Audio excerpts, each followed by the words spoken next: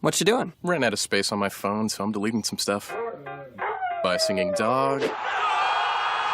Bye, goal. I pronounce you. Bye, wedding ceremony. Stop. At Metro PCS, you get 2 free phones with twice as much memory. Really? Don't say bye to your memories. Switch to Metro PCS and get 2 free LG K20 Plus phones with 32 gigs when you switch 2 lines. Metro PCS. Wireless. Figure it out. Coverage not available in some areas. Sales tax not included in phone price. Excludes numbers on the T-Mobile network. See store for details and terms and conditions. Blog Talk Radio. Hey kids, it is officially, I almost said Wednesday. Can you imagine that? That's probably because it's a holiday week. Hi, guess what? It's me, little old me. I am so excited that I get to introduce Carmine today, and I get to interview him as well as introduce him. See, I'm talking way too fast today, and this is without my medication.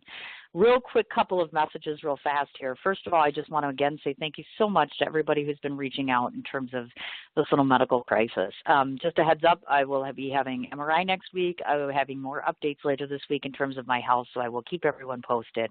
I just want to say thank you so much to everybody who's reached out, who cares, who's concerned. Obviously, of course, the largest issue and worry that I have is obvious. You know, a professional writer who's been writing for a number of years, you know, your tools get very tired, and I'm very, very concerned. I'm in a lot of pain. I'm very uncomfortable, but I'm working on it. So I just wanted to say thanks so much to absolutely everybody for caring.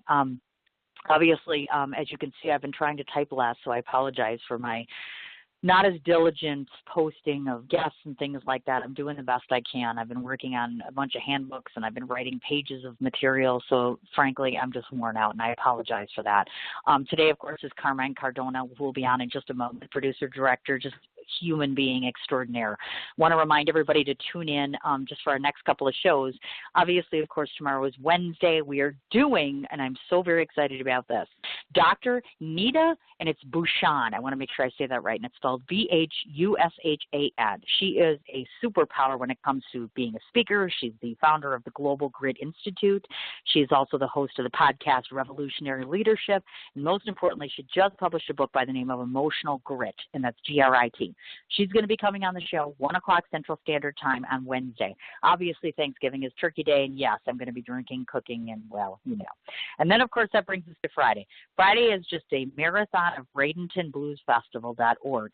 We're going to be introducing first Ileana Katz, which is an actual violin player that's going to be coming on the show. She's performing at the Bradenton Blues Festival. We're going to be talking to the actual chair of the International Blues Foundation, who is the sponsor of the Bradenton Blues Festival, and, of course, the actual CEO of Realize Bradenton, which is a non-profit that does that. So Bradenton Blues Festival, that's going to be both it's actually literally a marathon. So 3 different interviews between 2 and 4 o'clock Central Standard Time this coming Friday. So I feel badly. Poor Carmine's had to hold here for the last few minutes. Let's get him on the air and start talking. Hey, yes, Cindy. How you doing? Hi. Oh, I'm sorry. I had to do my little announcements, and then sometimes, you know, in the world of Blog Talk Radio, you call in and then the phone doesn't work right away, so you got to put a password in. It's a big pain in the butt. But here we are. Oh, yeah. I'm so excited. Oh, my gosh. You are just the loveliest man in the entire world. I have to tell you that. You're so sweet all the time, constantly. Oh, my God. I'm in awe of you because you're just so lovely. I mean, for a man in his 60s, and he is 60-something, folks. We'll just say 60-something. I'll leave it at that. He is wonderful, absolutely wonderful. And I have like a gazillion questions for you. Okay, so, good.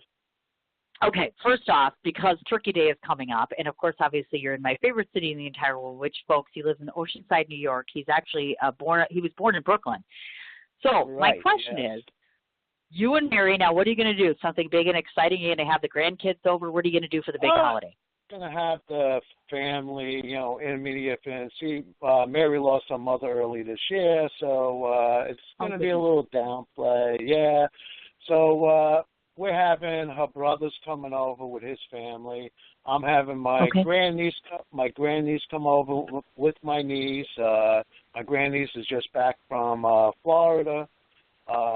So they're all coming over, and we're just going to have a big dinner, and I'll probably be working down here on different films and everything. That's what I do. It's my day off. And then the next day, my friends own a business. My friends own a business, and my wife helps manage it.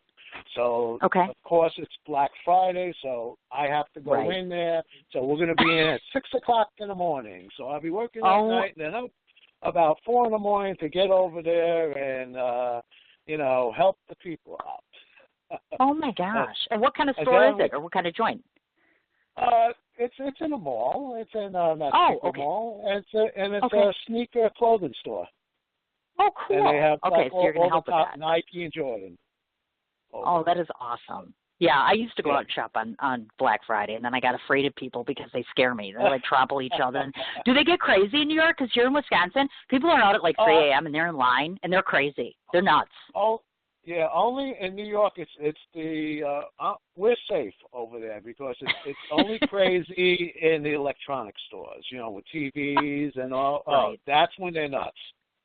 So we're kind of safe. They're not really that crazy over the sneakers and the clothing. But gotcha. give them a TV, give them a video recorder or something, and they're crazy. The first services, probably when they get cell phones will be going nuts too. That's another thing. Bet. I imagine. Oh, my goodness gracious. Yeah. Well, look at that. Okay, well, there's much to know about you, so I want to introduce a good number of things to the listening audience. So I want to start with something that's actually non-actor or non-producing/directing relative, which is I want to talk about the different hats you've worn in your lifetime. First of all, I did not know until I started researching you that you actually are an aficionado in the martial arts area. So I want you to talk a little bit about what got you involved in that? What made you want to get into martial arts? Because knowing what I know of you, it doesn't seem atypical of you, or is it just me? No, it's something I always wanted to do as I was growing up. My father was in the service, so he taught me some wrestling moves and all when I was younger. So when I got older, I'll tell you the truth. The first thing that got me into the karate business was Elvis in Roustabout. When, oh my gosh! He goes outside, and the two guys are after him, and he breaks their arm or something, and they go, "Wow, that's karate," and they all run. So that oh my gosh! So I didn't get to really learn until 1970 when I moved to Freeport, Long Island. So I was getting into. Growing up in Brooklyn, you got into fights all the time. It was just like an everyday thing. So it was nothing to really think. So I was like really, really wild. And then when I got to karate, my parents got me a birthday present. They got me 1 month. And they said, if you like it after 1 month, then it's up to you to get the money yourself and continue. I was 16 at the time. Oh, wow. Okay. Yeah, so I started with that, and I liked it, and then I found a job. There was a movie theater on the way there, so I became an usher for a couple of years as I was going to karate school and going to regular school. Okay. That was my day. I would walk there from Freeport to Baldwin until I was able to drive. On really bad nights, my father would drive me there if he was home, to work. And then I would walk over to karate. I do the same thing. So that's what got me into the martial arts. I started with that, and then as the years went on, I acquired a third-degree black belt in Taekwondo. Then I moved over to Wing Chun in about 1979. Started Wing Chun. And during that course, 1981, when I moved down to Florida, I signed up with a wushu kung fu school, which taught like the 5 animal styles. They taught some weapons, and that's where I started learning a screamer with the stick fighting and Wally J, small circle theory, and I started to get more involved in a lot more stuff down there in Florida. Then eventually opened up my school, but that was later on in the late 80s. Got it.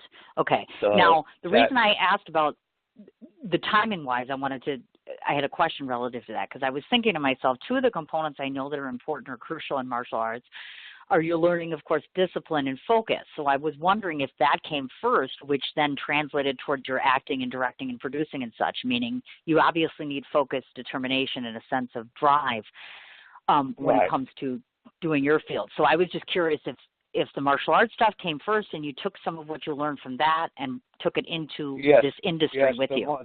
Yes, the martial arts stuff was what made me focus because I was wild. Like I was explaining that I was wild And that kind of calmed me down, believe it or not, because when you go into a school and you spar against somebody maybe that's smaller than you, and you think that you can overpower you, and all of a sudden they knock you down, you realize that even a little guy can hurt you. So it changes your whole attitude towards things. You start respecting other people, start respecting other things. So that's what you do. That's what happened to me. I started respecting other people. Before that, it was like me, nice. me. You get fights every day. But that kind of like calmed me down and all. What focused really, I was into entertainment business since I was a little kid, almost like my father was into. He got a award for radio broadcasting and early TV. This goes back when TV was first being created, but he couldn't go into that aspect because at that time my mother was pregnant and says go out and get a regular job.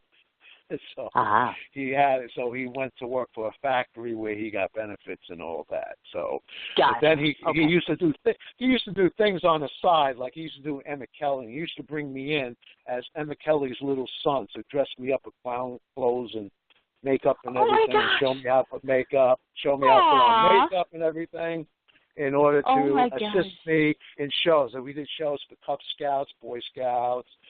Any type of function that was going on, they would fall upon him, and he would do that, like his little Emmett Kelly impersonation, bring me in. We had little skits that we used to do. So that kind of gave me a taste of kind of like acting, into the acting field.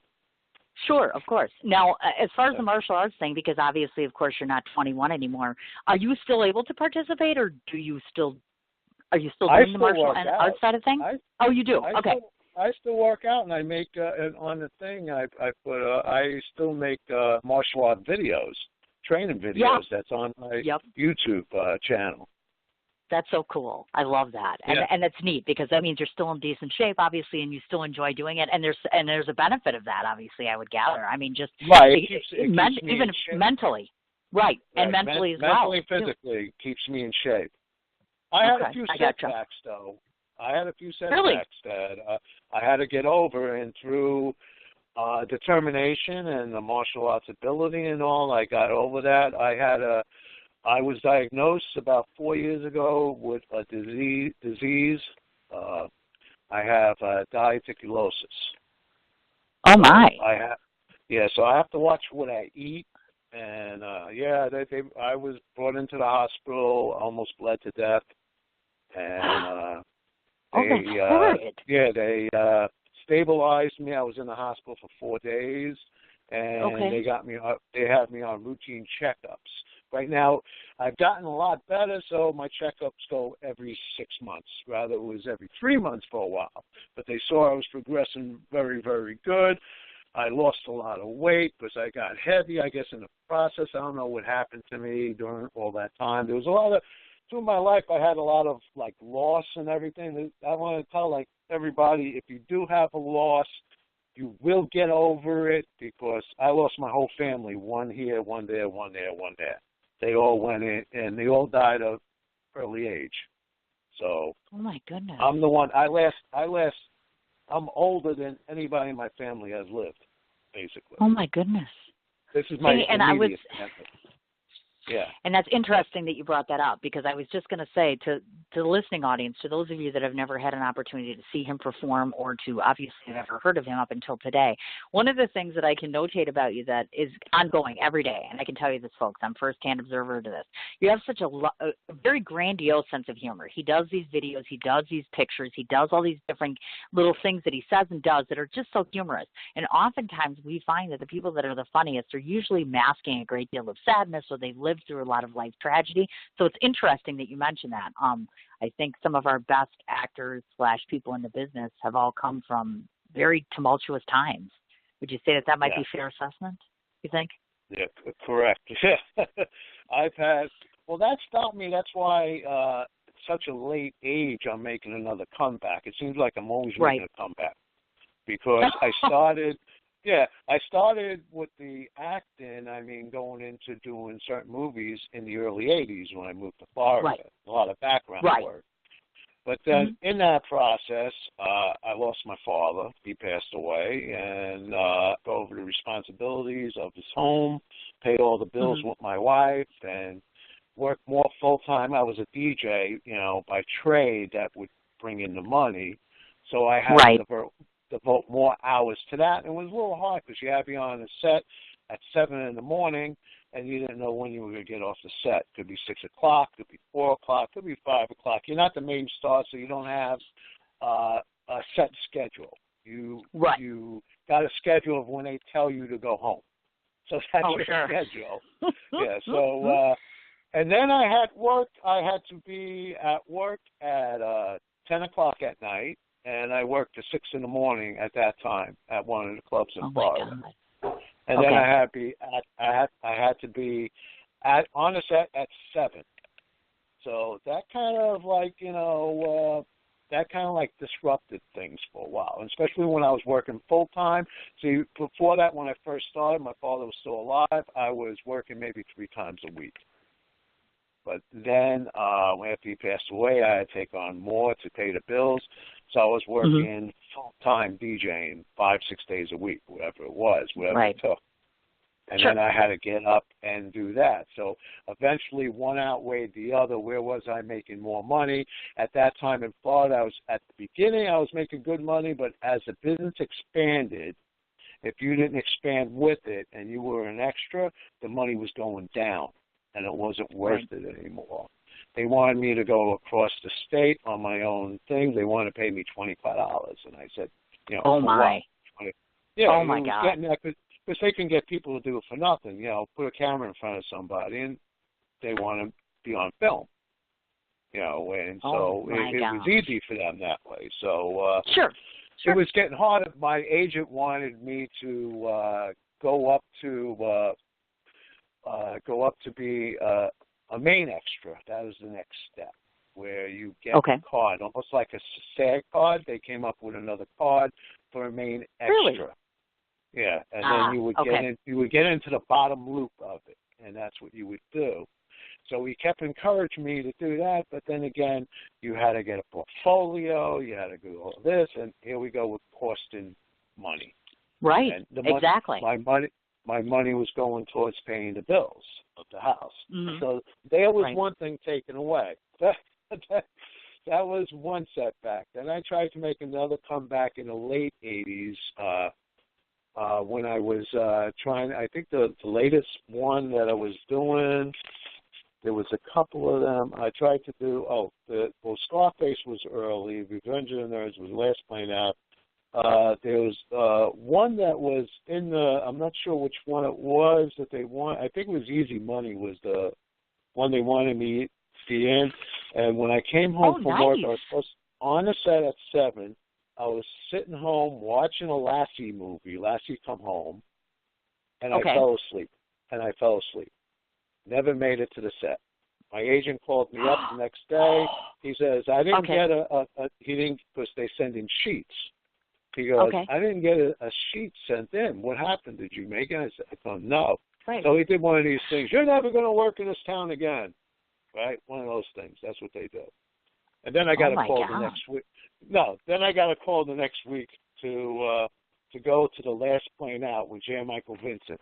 But that was the one I told you was across the state. Right.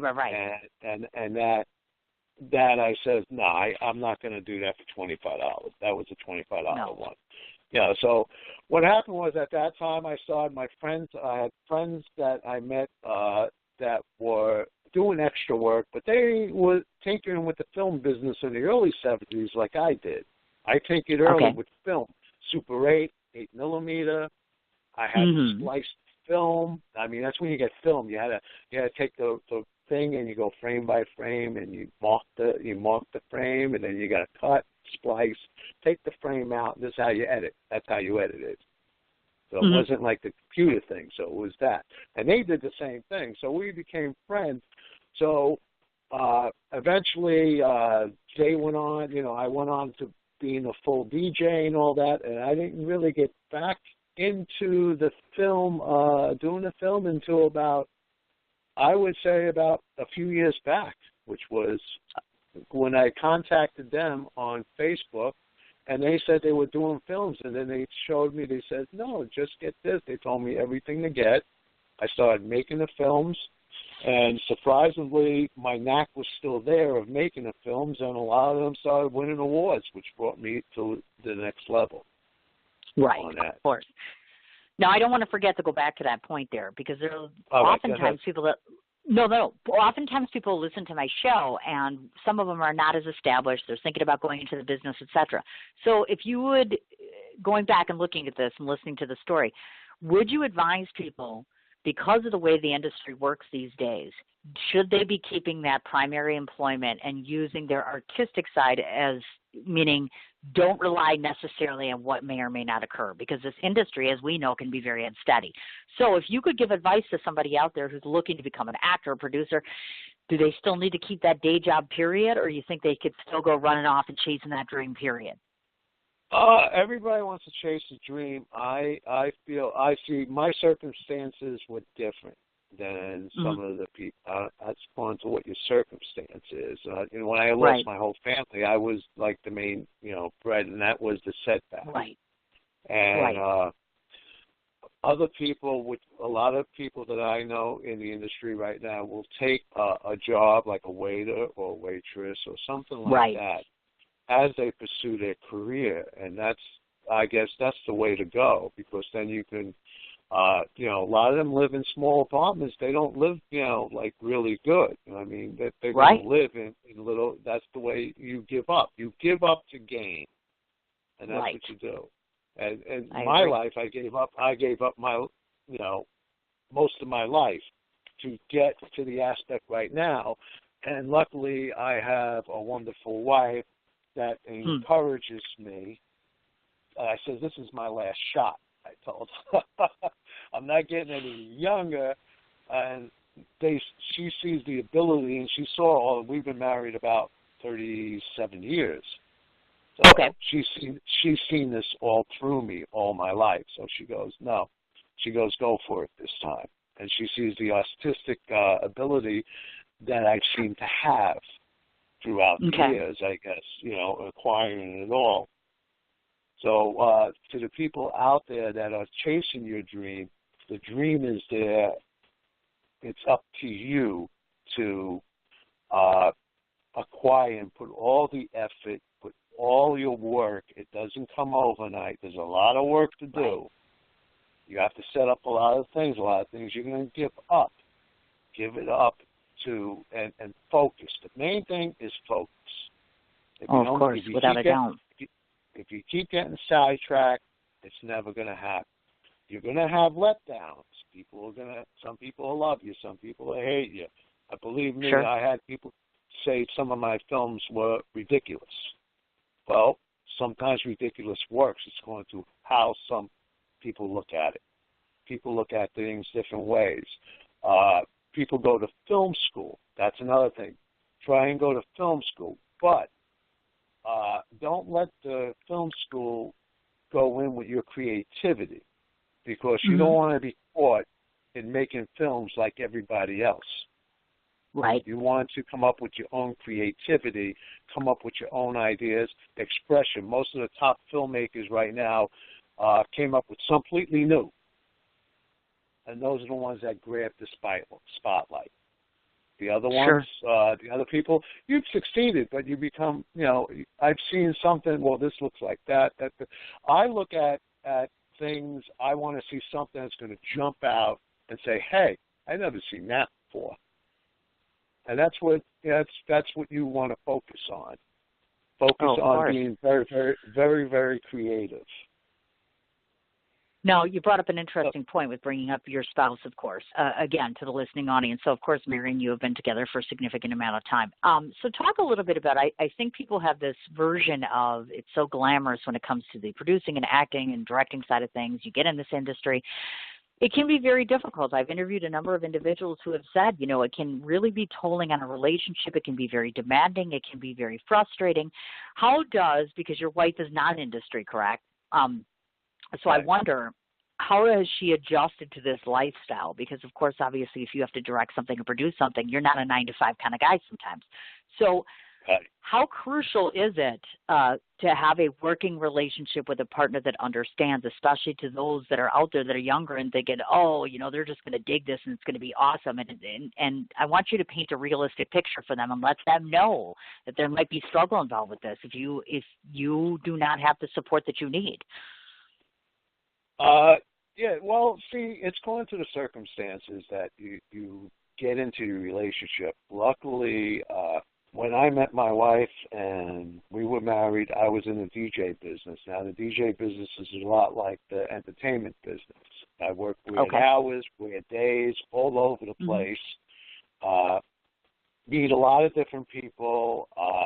Don't see her a lot. Work nights. She worked during the day. I work nights. And that was our relationship. But, Oh, my.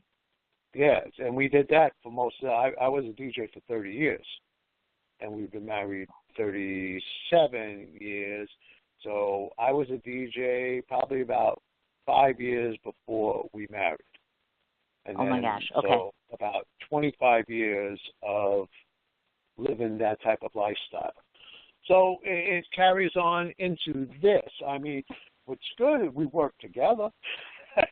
When we help my friend out in their business, sure. So we're together all the time over there. And then when we come home, I go to work on a computer. She goes and does sure. what she has to do. And then on our days off, we spend time together. We just went away for about 5 or 6 days. We went to Memphis. And we had a great time over there. So we spent time over there. It was like a second honeymoon for us. Aw, see, now that's so sweet. And I wanted to ask about that, too, because I assumed that you were a big Elvis fan, because I thought to myself, okay, well, he's going over to Memphis, and he's taking all these pictures and all that good stuff. And so what was the draw there? Was it just a mutual sort of we'd never been there? Had you been there before, or you just wanted to pick something different, or why there in particular? That was on my bucket list. Oh, my God, seriously? Yeah, I said I have to do that. I mean, all the years, and I was an Elvis fan. My wife's an Elvis fan too. So I figured I've got to get there. And then when we have a radio station, a cable radio station in my car, and we listen to the Elvis station all the time.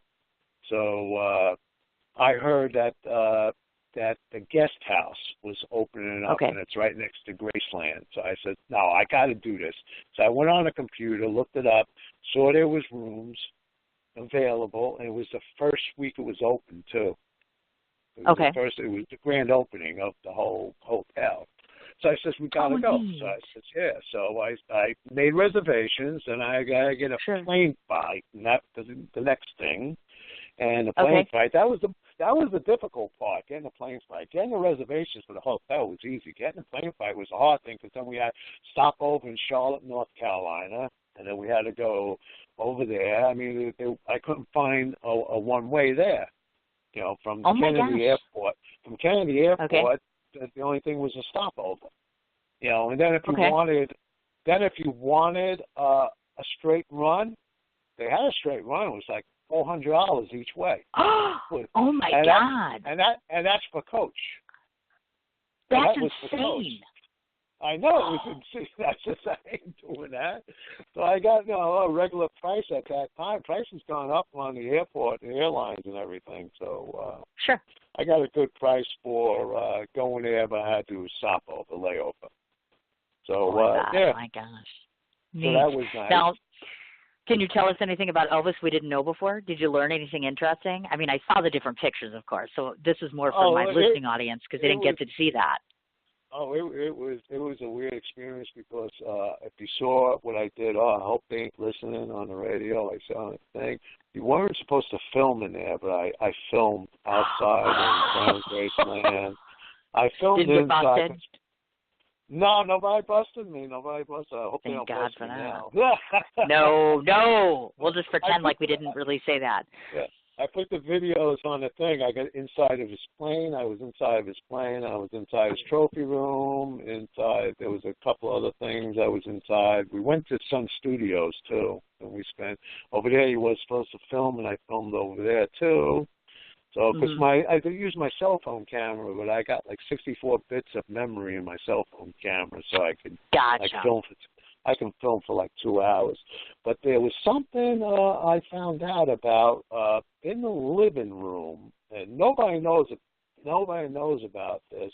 There's a china closet, and in the, I think the second or the third drawer in the china closet, if you open, I didn't get to open it up, but I found out from one of the curators about it. There's a samurai sword that he has in there, and nobody knows where he got that samurai sword from. He never mentioned it. All they did, when they were cleaning up the house and everything before they were showing, they left everything the way it was. When they pulled open that drawer, there was a samurai sword in there. Gosh, look at that. And nobody knows why it was in there. So there's my little Elvis thing that I found out. Plus, oh my gosh! And yeah, go ahead. They still go there. Priscilla goes there, Lisa Marie, and they still have. They'll probably be there Thanksgiving for Thanksgiving. They go there on holidays, and everything is functional. The kitchen's functional and everything. Yeah, everything's functional in the house. You're not allowed upstairs. I tried to get upstairs, they wouldn't let me. Oh well, you at least you made a good shot. Yeah, and I can't believe that. You can't go down in the basement because that's where they made the studio. They changed the studio. They had the studio first in the jungle room, and then he didn't want it. He wanted more privacy because in the jungle room there's like windows and all. It would be too much, so he made the studio downstairs, the recording studio downstairs. So you weren't allowed to go down to the recording studio over there. But I went to all the other places. They have the horses. The horses are still roaming around. Priscilla still rides a horse whenever she wants to ride it. I mean, the horses are back there. But they put, like, blinders on the horse so people can't distract them. So when you go back and you're looking at the horse, you can't be calling the horses, come over here by the thing. The horses don't even know. They're out there grazing. No, I get it. Oh, my gosh, look at that. Yeah. So if I were to ask you, do you think, oh my gosh, I must be allergic to you. Do you think that nowadays, would you say that we have a modern day, is there such a thing as a modern day Elvis or somebody who even comes close to him? Because I got to say, some of that old time, whether it's actors, musicians, etc., it's hard to duplicate the work of them, even remotely close. You know what I'm saying? I mean, you just can't replace royalty. I don't see anybody. I don't see anybody that has, groups have come along, to. Oh, sure. Yeah, but I haven't seen any really single person. The most single person that they were saying at one time was, what's his name? His daughter. He has a daughter. That's a Cyrus, Billy Ray Cyrus. Oh, yeah, Miley Cyrus. Oh, yeah. Billy Ray Cyrus was one that they were talking about when he first came up, that he was like the new Elvis. But then it just didn't occur. It didn't occur. You betcha. And then, I get it. And then you had, believe it or not, did you know that Lisa Marie was out there and did a couple of CDs too? Yeah, I did know about her, actually, and I'd heard about it and seen it and all that good stuff, and then, she ended up marrying what's-his-name, which I thought was really weird, Michael Jackson, which I thought, that's strange. And she married Nicolas Cage, too. Oh, yeah, that's right. See, I forgot about that. She's a little different. I think that, it's interesting how things have evolved, and we have such a fascination, with him and the Marilyn Monroes of the world and all that good jazz and stuff. Right. And, I also found out about you. I'm so jealous. You have been to the real live Amityville Horror House. That thing freaks me out. Yeah. That whole movie freaks me out. But I'm like, oh, my God, how cool is that? Why did you go there? Yeah, well, the thing is, the movie that you see in the movies was filmed in New Jersey. They weren't allowed to film at the actual house. Really? Okay, got it. People were living there at that time. Sure. So they weren't allowed. So they had to go to Jersey and build up a replica house and everything. But the actual house, they changed the windows out in front and everything. There's a sign in the front, no trespassing. And, of course, once again, you're not allowed to take pictures. You get chased away. But I walked driveway, and I started filming anyway. So, here comes my rebellious side comes out all the time. If you tell me not to do it, I'm going to figure out a way how to do it. That is so funny. Okay, now tell me something. Does that quality work well when it comes to directing or producing a film? Because sometimes you kind of have to walk that line, right? Meaning that there's just some things you can do and some things you can't do. Or do you think there is no ceiling limit? When it comes to you doing work on production or direction, is there a limit for you? Or basically you're willing to go out on that limb and do just about anything? You have to try everything that's possible to go out every limb, to go in every possible direction, to be different from anybody else. That's the way. Sure. If somebody says you can't do this, you're going to figure out a way how to do it. I have people telling me, "Oh, you can't do that," and I'll work at it until I get my results that makes me happy. And, sure, of course. Even with working with a person, I have branched out even from that. I'm working on a couple of new stuff that I didn't even think I was going to get into, but I got into voiceover work. I don't know what happened with that. Did you have a nice voice? Work. Yeah, okay. I did a character. It's supposedly around Christmas time. It's in Comic-Con in Miami. It's supposed to be. The guy's still working on it. I'm playing. I did a voiceover. I did the whole voiceover of Admiral George Oakstadt, and it's from the Blonde Iguanas from Rock Noise Animations. So I did that. Okay. And we're working on one of the guys I'm working with. That is a writer right now. I'm working with him. William J. Campbell III is a talented young writer that I'm working with right now. He wrote Spell Check, which won an award for Best Trailer. I'm trying to put the finishing touch on the short movie that's going to be coming out. We're trying to work with that to try and get it into Adult Swim, that channel. And then he just got the thing. He has a thing called Catastrophe, which is a cartoon that we're going to rework, and it might be signed for 13 episodes, and I'll do it. And he wants me to do the character of the owner of the cat. It's about a cat that gets into trouble all the time, and I'm like the pissed off owner, Italian mafia type pissed off owner. Wow! Imagine that. Can you imagine that? Can you imagine? Oh, that's right. Some of you don't know what he looks like. I was going to say, well, I can totally picture this, and I can vouch for him. I can totally vouch for this. This is totally good for him. Oh, yeah. So we're working on that. So that's why I mean branching out. That's why I'm saying the expectation. Sure. Plus, I'm still working on a couple of other things. I just wrote in a third. I never did it before, but a screenplay. So, exciting. I did a third. Somebody, a director from L.A., did one part of it. He got stuck, so that young, talented writer that I told you about, he did another part, and they were stuck to the end. So he called me up, and I gave him some ideas. So he told me, well, why don't you write it down? So here I go at the typewriter, at the computer typewriter now, and I finished 30 pages of that, and I came up with the ending and everything. I put it all with the thing. I did the screenplay, submitted it to him. He loved it, sent it over to the director, and now we're waiting for the results of what's going to happen. We're supposed to do a 3-way call in order to see where is this going to go. And, of course. And if not, if the director doesn't want it, the writer says he wants to get control of it, and then we do it. I'm working on another one. I have to break it down. He did a whole screenplay of a movie with another writer from Oregon, Myra, and Lynn Myra, and it's called Deadly Attraction. It's kind of like it's kind of like a Fatal Attraction type movie, but it's more with younger people. not like the older. It's like a younger guy, maybe in his late 20s or something like that. And, gotcha. And it's with a girlfriend that gets a little crazy, that type of thing. But I read it, he sent me the screenplay.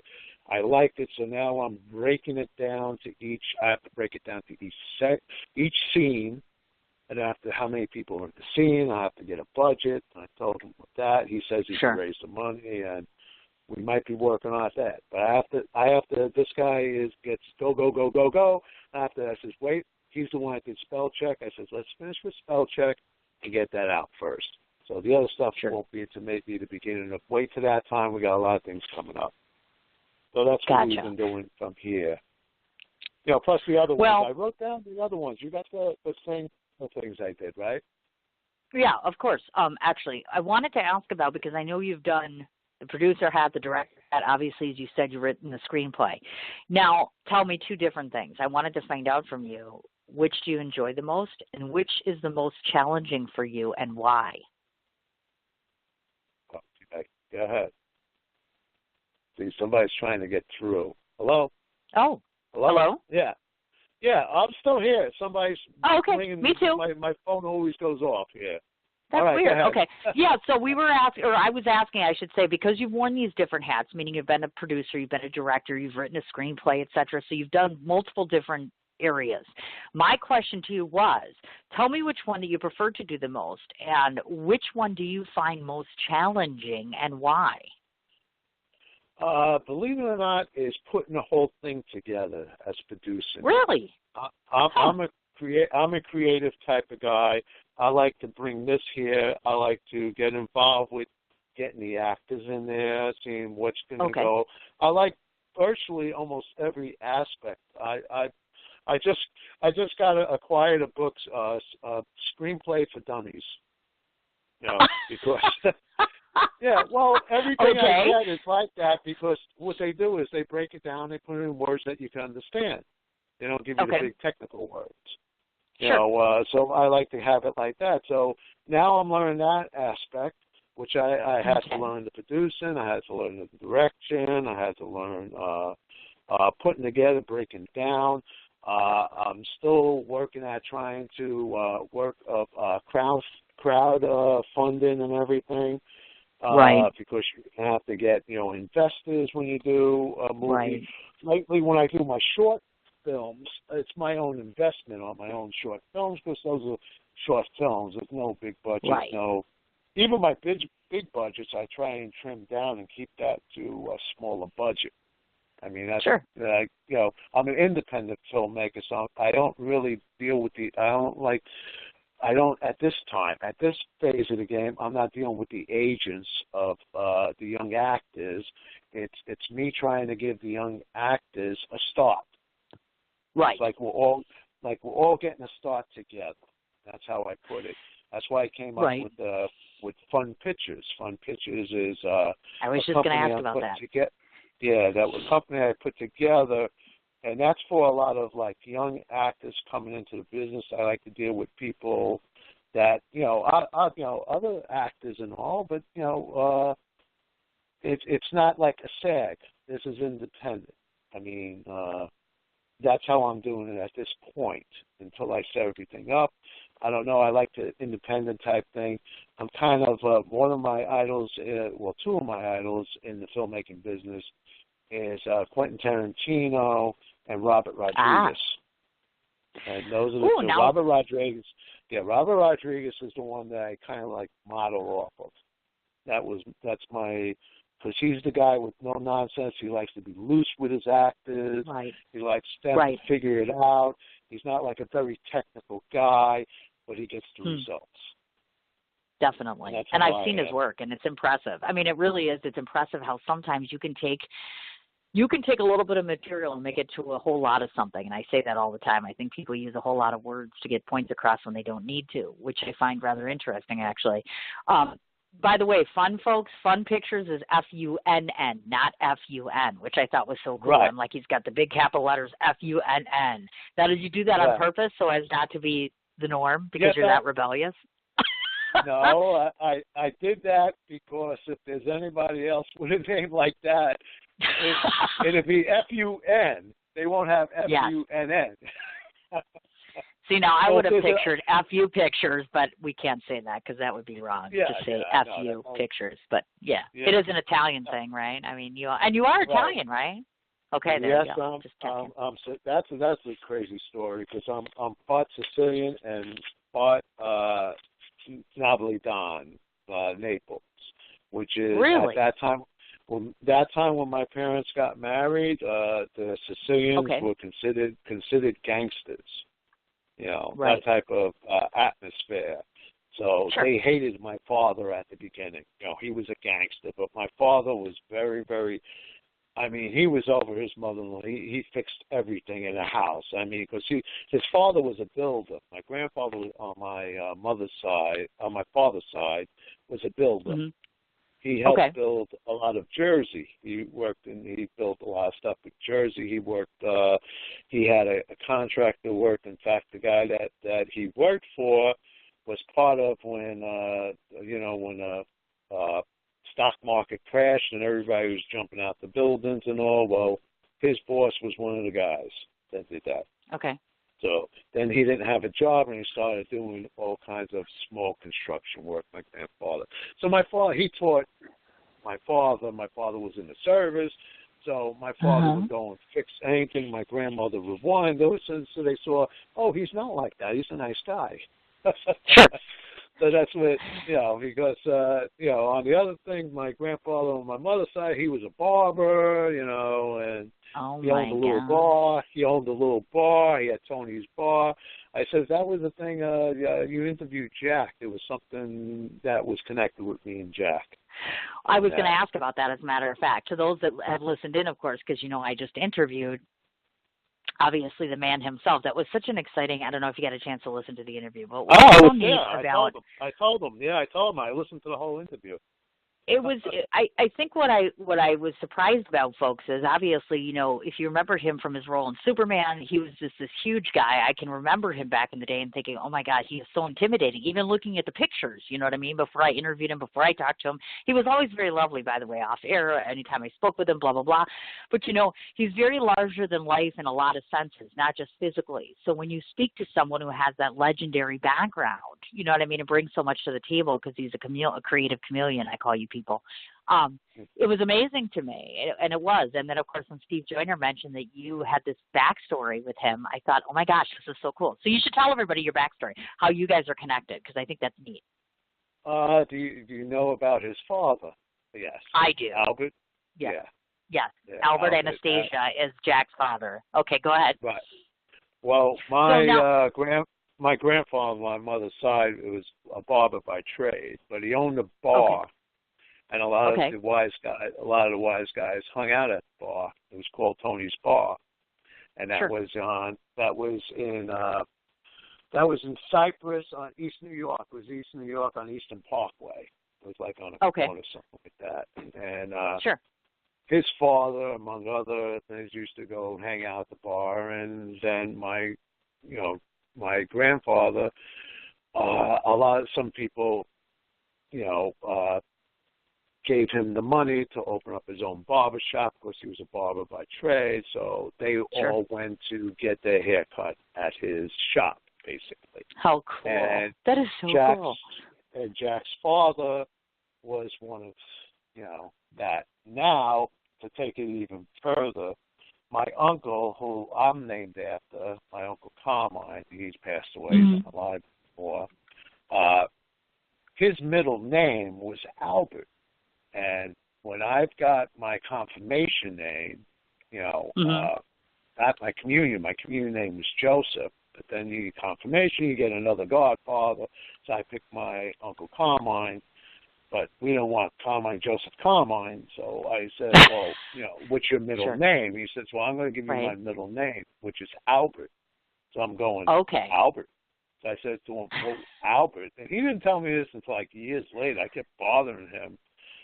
Sure. Why is it Albert? Where'd you get Albert? And then he said to me that this is the story I heard, that his godfather was Albert Anastasia. Oh, that's wild. That oh, was my his gosh. godfather. Look at that. because my grandfather cut the hair. I guess he was, they became good friends or something like that. And then that was it, and that's how I got out. And that's the story I heard. So then, when Jack told that, me and Jack talked about it and everything. I says, listen, I don't know. This is the story. Nobody's around. I called up my cousin, my older cousin, which is around Jack's age, and that's the son of my Uncle Carmine. And he says he wasn't even sure of that, but he told me about the bar. He told me that. Okay. My cousin, the son, was basically estranged from his father at an early age, so he really didn't know. He went on his own when he was like 17, 18 years old. So Gotcha. So he doesn't really know what is exactly. All I know is what my uncle told me. Plus, gotcha. A lot of in the bars, my Uncle Carmine used to manage a bar in the city that Pat Cooper used to play in. So there's a lot of wise guys coming in and out of that club. In fact, I remember when he was managing the club, and I was real young. They used to, because my father used to help him in the kitchen over there, because my father would take all these odd jobs, and because we went to Catholic school. Me and my two brothers, we all went to Catholic school, and I paid for the Catholic school, so my father would work like 3 jobs in order to put us through. So one of the jobs was helping my uncle at the bar, so he was like in a cook, he learned in the Navy how to cook and everything. So I was the wild one. I was the middle child. So my younger brother wasn't born yet. So I was the wild one. So they had my older brother had asthma. So he was the one that was, he could get sick and then that. But me, I was the wild one. They threw me out in the street at 7 o'clock in the morning, go out and get some air. In Brooklyn, that's what they do. So my father used to take me wherever he went to work. So one of the places he took me was my uncle's bar. So here I was sweeping the floor at a very young age. I would say 5 or 6, sweeping the floor of a bar for a quarter. Of course, a quarter at that time. Of course, a quarter at that time got you a lot of things. There's a candy store right across the street. So I used to run across a candy store, 15 cents to get me a Coke, a package of baseball cards, and a gum inside of the package also. So that was my spending money. Nice. So, look at that back in the day, folks. So that's what I used to do in the early days. When I was always trying to make money somewhere. There was a lot of weird things that I did in order to make money. I was always, talk about a hustler, I was like one of the early hustlers at 6 and 7 years old.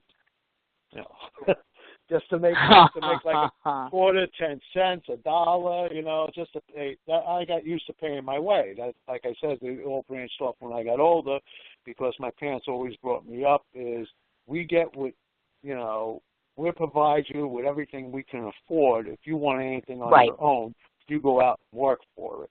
So here I am trying to get any money to get what I want. That's when I got my first job, because, at 16, and then I was, working, and I got any stuff. Then they didn't bother me once I got, I was always dressing kind of weird, because, my biggest idol was Elvis, so I had to, take that type of trend. Oh, my gosh. I found a clothing store in Freeport, kind of like what he had, his Beale Street thing. It was a clothing store where I can get some good clothes, but they were like something with like a little rip in it or something, or maybe a defect, and he would sell it to me real cheap. So I would have all these kind of crazy clothes, kind of like the way Elvis was growing up, just to be different from everybody else. Cool. And that's what I had. In fact, my mother gave me, when I graduated in 1972, my mother gave me as a graduation present, my father gave me a graduation present, a car. That didn't work.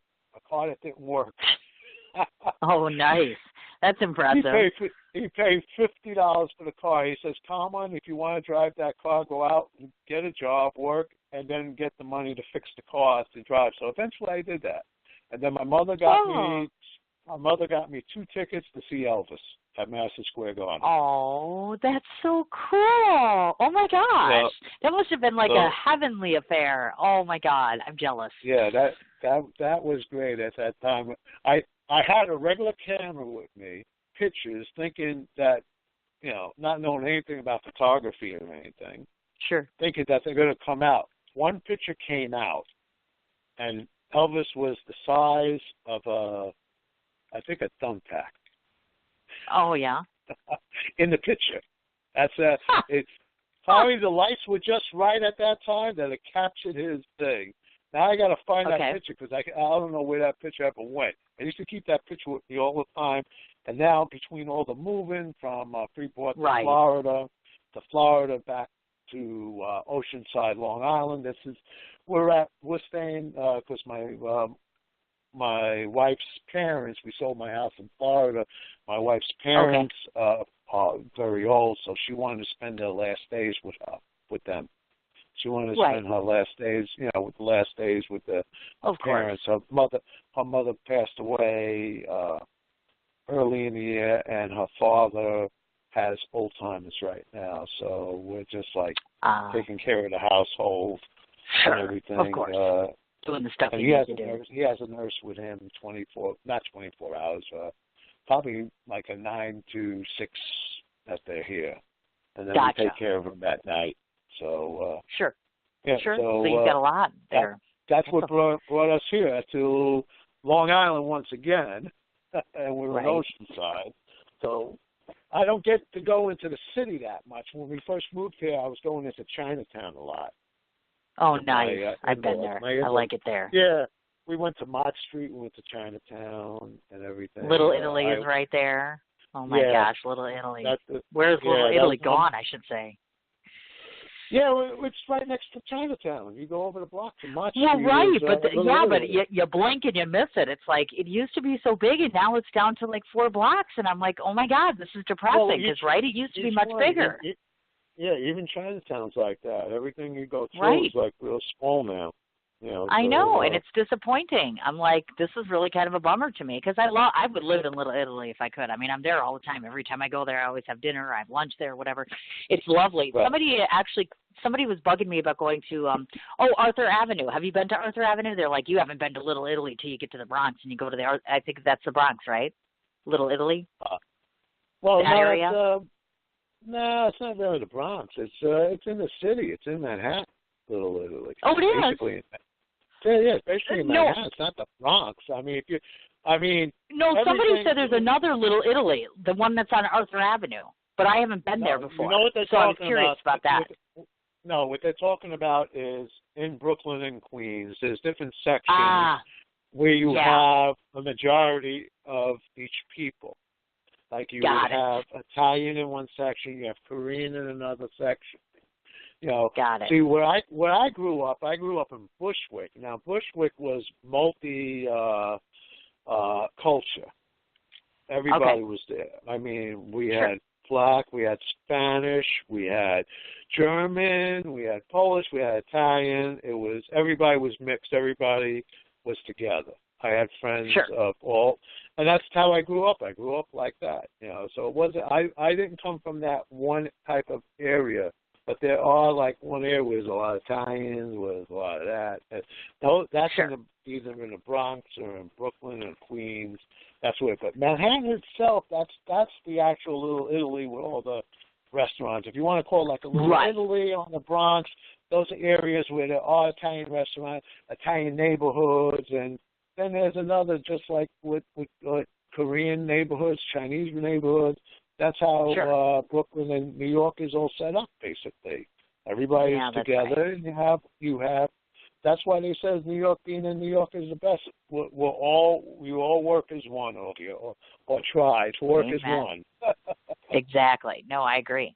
Now I have questions here. Now, obviously, of course, Fun Pictures is your production company. So, of course, I'm assuming that all of your films are going to be done under that blanket. But also, are you working with fellow filmmakers, and can you foresee using Fun Pictures as an outlet to to kind of commingle with other producers and directors to Well, produce other things? that's what we're working on right now. There's another company I work with. You see on it's EDK. EDK is my friends that come out of Florida. And Gotcha. It would say EDK with Fun Pictures. It would say that. It would say / Fun Pictures. I'm also probably I'm going to be under talks with FTP. Okay. That's the one coming out of Arkansas. Okay. And that's Forbidden Tears. That's Forbidden Tears Productions. Gotcha. She does a lot of things. She did Flowers in the Snow. She signs a lot of people to record things. In fact, I think that's who's the one. That's FTP is the one that wants to sign the 13 episodes of Catastrophe. So we're still in the talks with that.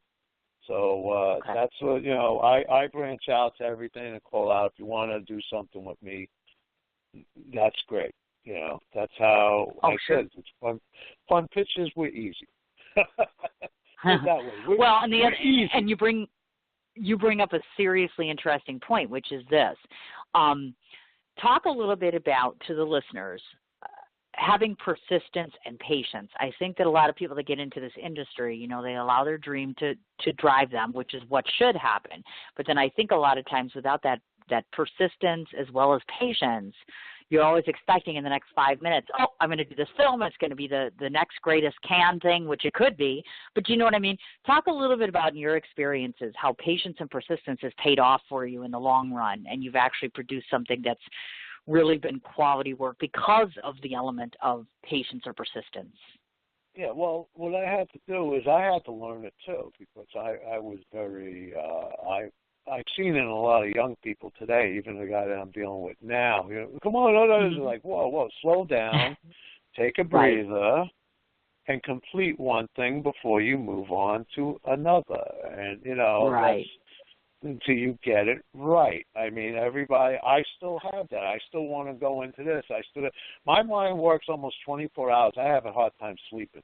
And I guess that comes from maybe my DJ days, but I go to bed sometimes 2 o'clock, 2 in the morning, and my wife gets me up because I got to take her to work, and sometimes I work with her, and then function all day. I wake up at 7:30, 8 o'clock in the morning, right, and go basically all day long. Gotcha. And this is my everyday thing. Sometimes I'll be sitting there and I'll just fall asleep while I'm just sitting up. Sometimes I'll be standing and somebody goes to me, "Are you sleeping?" I said, "No, I'm just resting my mind." And I like that. Right, and just resting my mind. That's why I can stand up and rest my mind. Sure. So that's it's going to take a lot of patience. You can't get, like I said before, you can't get discouraged. You're going to have a lot of business. You're going to have a lot of criticism. People are going to love you. People are going to hate you. And you're going to have to focus on what you have to do. Don't get insulted. Some people say things to me and they think that I get insulted, and I'll say to them, no, you have your opinion and now I'll work on that.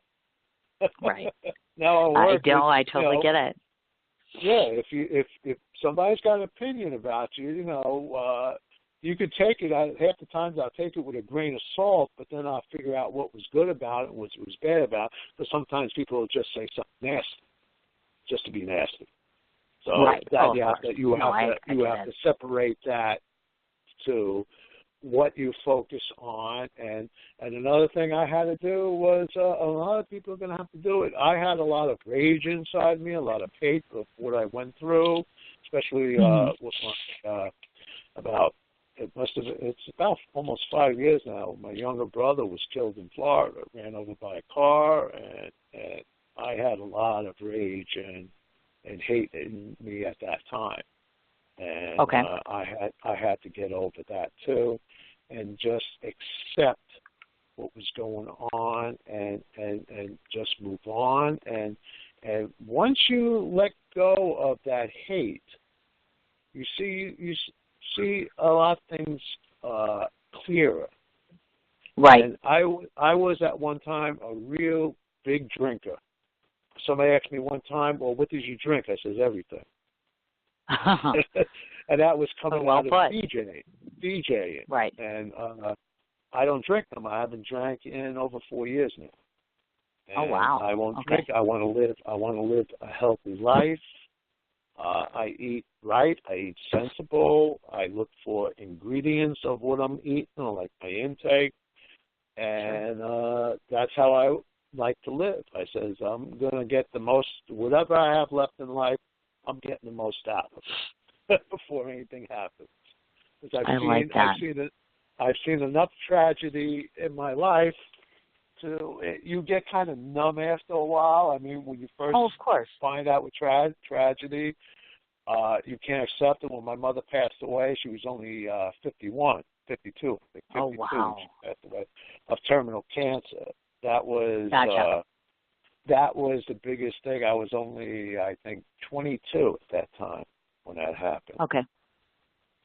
And that was my big, you never had that person close to you do that. I mean, she was diagnosed. I knew it was good, but you never realize it's going to happen until it happens. Of course, I know. Right. And then I was all broken up, and then, again, I had to let go of I found out every time I let go of the hate and let go of the anger, something good happened to me.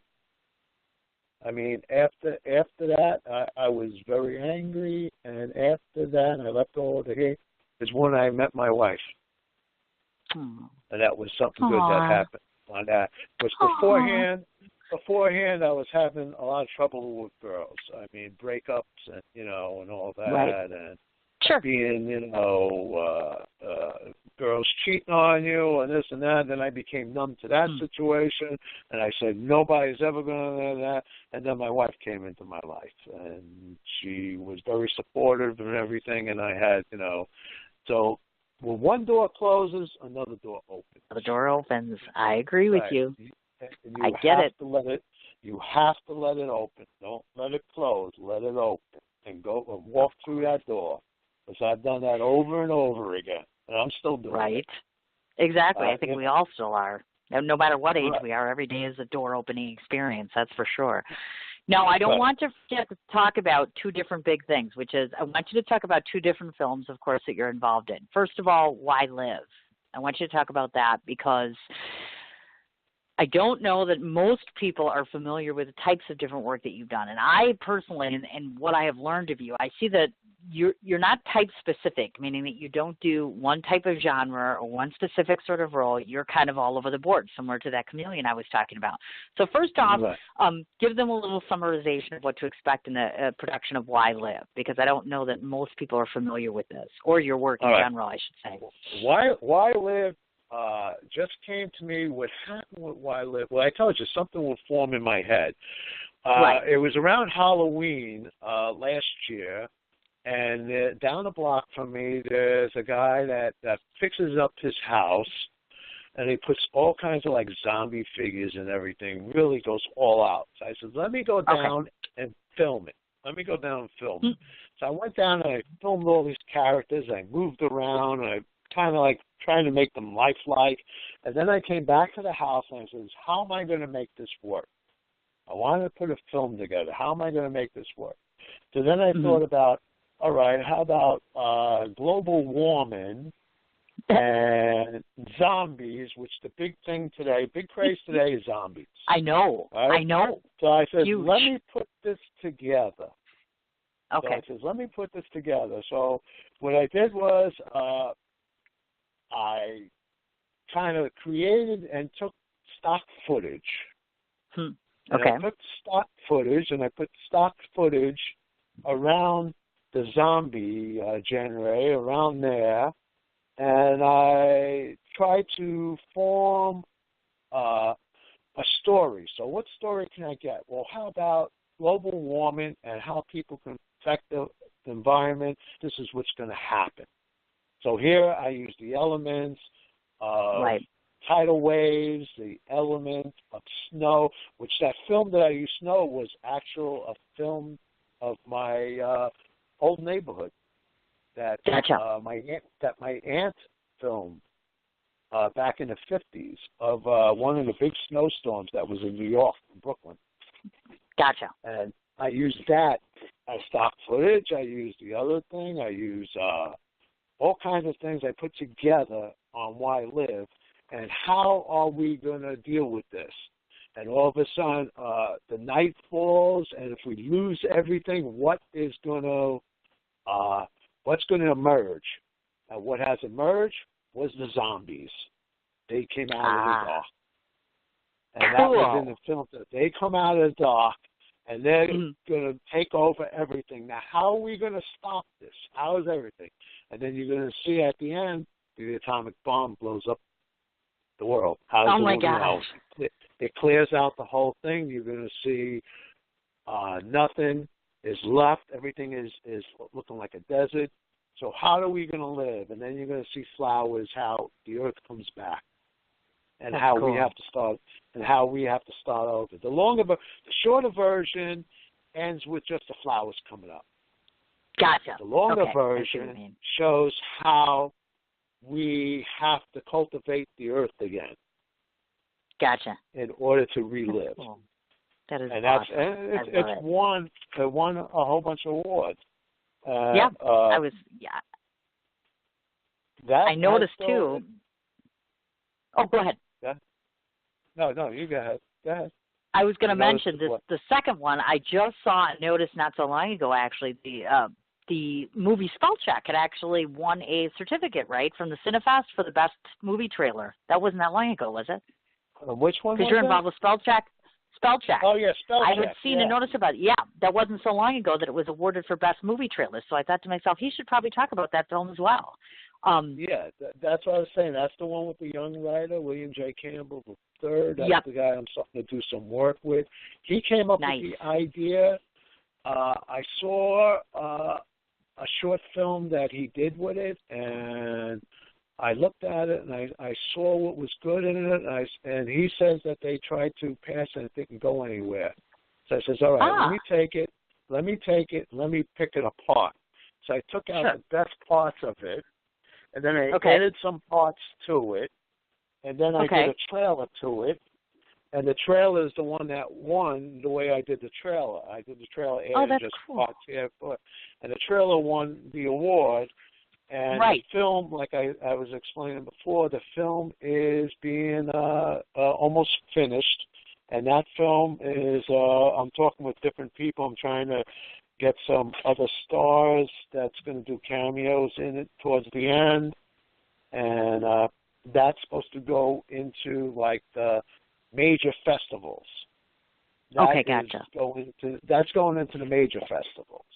Got it. If you go on film festival, there's like 2,000 films. There's films all over the world. I had films that placed all over the world, from anywhere from Australia to London to Germany, Japan, China. They're all available that you can put in, and they have placed in them. Some of them won a little bit, but it doesn't get that much notice when it's in another country, except they see it. Of course, I get contacted from people from different countries now. Well, and that's one of the coolest parts of independent film festivals is the opportunity to network, to get your exposure, to get your work out there without necessarily having that huge production budget, etc. You know what I mean? It's a great means of exposure for people. And I try to tell people this because there's people that screenwrite, and I said that there's areas that you can go for screenwriting too. And I try to encourage one of my nephews was going to film school, and I was telling him, now my grandniece is kind of like talking like that. And I said, listen, there are different things in the film festivals where you could go in as a student. If you're in school, there's some things, if you're 18 and under, you just have to have a permission slip or a permission sign from your parents in order to go ahead. But you can enter at that age. There are festivals for that age and first-time filmmaking. Right. So you can get into that at an early age. Oh, I know. You know, and a lot that's of the wonder of that. they don't know about that. Plus, if you're a screenwriter, they have screenwriting parts too in a festival, and you can do that also. Exactly. That's what I mean. It opens up so many doors of opportunity, and that's one of the coolest parts about what we have now versus years ago when you just had the straight set studio stuff. Right. When I did it, I started my first film in 1973, and that was, I told you, Super 8. And I didn't know nothing about filmmaking. I was a martial artist, so I figured I would do a karate movie like Bruce Lee. You know, so that's what I did. I had friends that went to film school, and they gave me my first camera, which was a regular 8 camera, and they showed me how to work it, and they helped film it, and then I got everybody in the neighborhood involved in it, you know, and we did the film. Right now, I'm editing the film on the computer and put sound effects all in the film, like the karate punches and everything. I'm putting that all in the film once I finish with it and get all the sound and everything right. Of course, there's no talking because I didn't know how to put the talking at that time. So you're going to see like signs and things that will tell you what's going on in the movie. Sure. Plus, it's all action anyway. I'm going to air it on Facebook and see what happens. It was a cult thing in my own neighborhood. Everybody always talked about the movie Face to Win. That was the name of the movie. And I had everybody involved in the neighborhood on that. But at an early age, that's what I was doing. But you didn't have what you have now. There was no way. I tried to do a second film, which was 5 into Hell, which was more into different styles of the karate we were using in that one. And we were looking to put it in a festival, but at that time you couldn't. There was nothing really open for it unless you had a major. You know, I mean, the only festivals at that time was probably like Sundance or something like that, and you're not going to see the light of day with that one. You know, if you're like a beginning filmmaker, you know those were like untouchable at that time. I'm talking about 1973, 74, around that time. So that's a few years ago. Yeah. So right now, the advantage is all over. I mean, it's there. It's at the grasp of your fingertips. All you got to do is go for it. I tell everybody, well, just do it. You know, what are you waiting around for? You know, you can talk that you want to do it, but actually do it. It's like my grandniece is talking. I always want to do it. I says, well, why don't I help you? You've got to listen to me, though. Right. And of course. You need to, you know, because you don't understand this. And I can show you what to do, and I can help you, and you know, and eventually you can work with me. Oh, that's so cool! I love it. I would like to have family work with me. I try to get you know everybody involved. But that I have is if I trust you and everything, that's the people that I have that closest to me. Just like this new young writer, William. Me and him talked, and we never met. Basically, but we talk a lot on the phone, and he tells me a lot of things. He has got a lot. I see he's got a lot of good ideas in him. He just didn't have the right connections to get started. Now he's all excited again. He was all depressed. Now he's all excited because he won that spell check that won an award. He won his first award, so he's all excited now. It's exciting, and it is exciting, of course, definitely. Now I have to say, oh my gosh, can you believe it? It's been almost an hour and a half, and now I have to go be a mommy, and I have to go get my babies. There's a couple of quick business things I have to do here. For you folks that are listening in, Carmine's name, and it's spelled Carmine is C-A-R-M-I-N-E. I'm going to spell his last name. It's Cardonna, which is C-A-R-D-O-N-N-A. Oh, no, it's Cardonna. That's what it is. That's right. C-A-R-A. That's right. D-O-N-N-A. Sassy Cindy. I should know that. In fact, it means dear woman or dear lady in Italian. Oh, I love it. I do. So just to correct that, C-A-R-A-D-O-N-N-A, if you're looking for him on Facebook, because he has a personal page. He has a LinkedIn page. Go to YouTube because you can check out that stuff. And I just opened up an IMDb page. Yay! I was just going to ask you about that. So now he can officially be found where we find all the movie stars, of course, which is IMDb. Right. Now I've got to fill it all. I was working on some of it today, and I've got to, because everything isn't there yet. So I'm still working on putting more stuff and everything. I mean, they want pictures. Now I finally got my picture up there. They put me in earlier. After I won a couple of awards, they automatically put me there, but no pictures. Oh, look at that. They did put a picture. They did put a picture of Why Live, the poster of Why Live, because that won so many awards.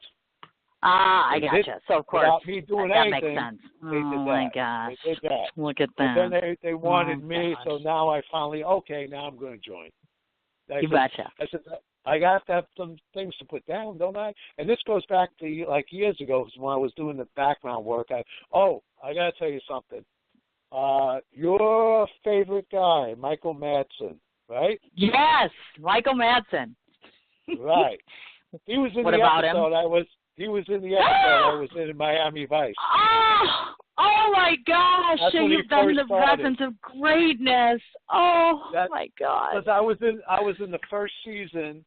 It was the episode with Burt Young and Michael Madsen. Oh, yeah, Burt Young. I remember Burt Young, actually. One of my friends, actually, a director friend, just cast him in a movie. And I was like, oh, my God, I totally know who Burt Young is. Rocky, which is the 40-year thing just yesterday, turned 40 years old. Burt Young is amazing. Oh, my God. So this Michael is when Madsen, he first started out. Oh, my God. That was when he first started. I don't even remember what he did in there. I probably didn't even know who he was. I probably met him and didn't even know it. He's become a bit of a thing.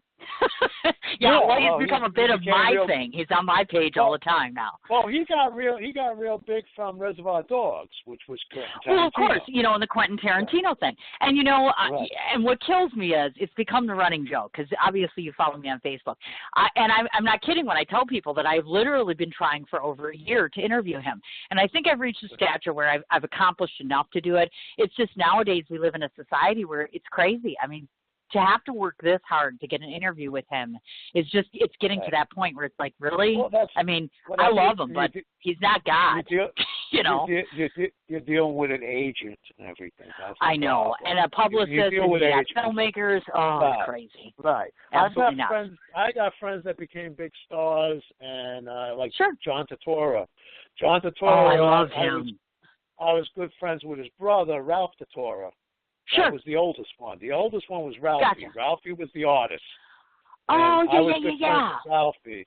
I met John once. A couple of times. He used to come to a club where I was a DJ at on Long Island. I bet he was a real crack. I mean, I love his body of work, like Sugar Time. I love that movie. He's amazing. I'm going to tell you a little something about John that goes back about that time. His brother is really crazy. But we were like brothers. There was another guy, Rocky and Ralphie. They were the team. Rocky and Ralphie's show, we used to call him. Ralphie was the brother of John. So they were finally taking John out, because John was the younger brother out. So they took him out to my club. Here was John Turturro and Ralph Turturro hanging out in front of the ladies' room. Oh, my God. And I says, well, why are you hanging out in front of the ladies' bathroom? He says, because we know all the women are going to go there. Oh, so my they were God. They were trying to pick up girls in front of the ladies' room. Oh, my God. How funny is that? And then he came up to me, he introduced himself. He says, oh, yeah. I says, oh, yeah. He says, just did a background appearance in Raging Bull. He was in the background. That was his first appearance. Oh, yeah. Raging Bull. I remember. Yeah, he was a background in the audience. He was like in the audience, I guess, when they were doing the part where he was trying to be a comedian, Jake LaMotta. Sure. I met Jake. Yeah. I met Jake LaMotta, too. I worked for Jake LaMotta's son. Jake LaMotta's son was a supervisor of DJs in Florida. Okay. So I worked with him, too. So, he says, oh, someday I'm trying to be a movie star. Someday I'm going to be a movie star. So I like pat him on the hand. Says, yeah, all right, John. Yeah, I believe you. That's what happens. So you never know. That's exactly right. My gosh. Now, before I let you go, because I have to go and be mommy now, I got to pick up two of my beautiful babies, get ready for Thanksgiving. Listen up, folks. One more time, I want to remind everybody he is on Facebook, he is on LinkedIn, he's on YouTube. Do not want to forget. This is now the third time that Mr. Steve Joyner has blessed me with the individuals in his life that he knows. So from me to you, of course, in case I haven't said it a million times already, Steve Joyner, I love you and I appreciate you, and I cannot thank you enough for the talent that you bring to my show, to my face, and I can't wait to have him on my show because I am going to be interviewing Steve. So I'm very excited about that. He is terrific. Now, the last thing I do is you get to finally listen to me for 2 minutes. I'm going to tell you what I think of you. And the reason why I do this when it comes to the people that come on my show is because most oftentimes they don't always know who you are. Then you come on my show. I give a little introspect in terms of who you are. So I like to finish up just so that you and I both know exactly what I think of you. And then I'm going to shoot out the door. And I'm sure I'll be talking to you again. And I'm going to see you when I come to New York City. I'm sure. So these are my impressions of Carmine. Carmine and I have been chit-chatting for quite some time, and I've had to reschedule him more than once. So first of all, the first thing I learned about him is, yes, believe it or not, folks, he does have patience. He does have persistence, and he is so charming. From the very first time I spoke to him, you would think he was 62 or 63 going on 40 years old. He's very charming. He's very clever. He's very funny. I find he has a knack about making everything interesting. Every story he tells, every joke he offers, every lighthearted story that he shares with you always has the intent of making you laugh or smile because he does care about you, he does care about his work, and he does care about the fact that he has liberal freedom and spirit to do and produce and direct what he wants. So far, the work that I've seen that he's produced and or directed and or put his hands on turns to gold, so to speak. And what do I find interesting about that? The fact that he is not 40 years old. The fact that he has revealed to you that he is an older individual who's coming into a very long existing industry and saying, I'm going to establish myself by my rules, my way. And in my opinion, his rules and his way work out not only very well for him, but I find it very amusing, very interesting, and very entertaining. I do hope in the course of this last hour that you've learned that Carmine is not just funny, but he is also very smart. He is also very talented, and I think he is just absolutely nothing short of a fabulous human being. I'm so blessed that I got an opportunity to meet you, at least on air, and I can't wait to see you in person. And certainly I can't wait to see more of your work. And thank you so much for taking this time to come on my show. Okay, that's it, thank boss. you, Cindy. About time, Cindy, I got to talk to you, huh? Yes, you finally we got a chance to do that. And I'm sure we'll be talking off air as well. But thank you so much. And just so you know, everybody who's following you, within 2 hours, this will be an archived episode. So anybody can go back and listen to it all year round now. Okay, thank you. I can You tell bet. everybody All right, else honey. who missed the show to go look for it. Thank you. That's exactly right. You have the link. You can do that, and we'll talk afterwards. And have a great afternoon and a wonderful Thanksgiving. All right. And you too. Have a wonderful Thanksgiving. Thank you, honey. With your family. I'll talk to you soon. Okay. All righty. Bye-bye. Bye-bye.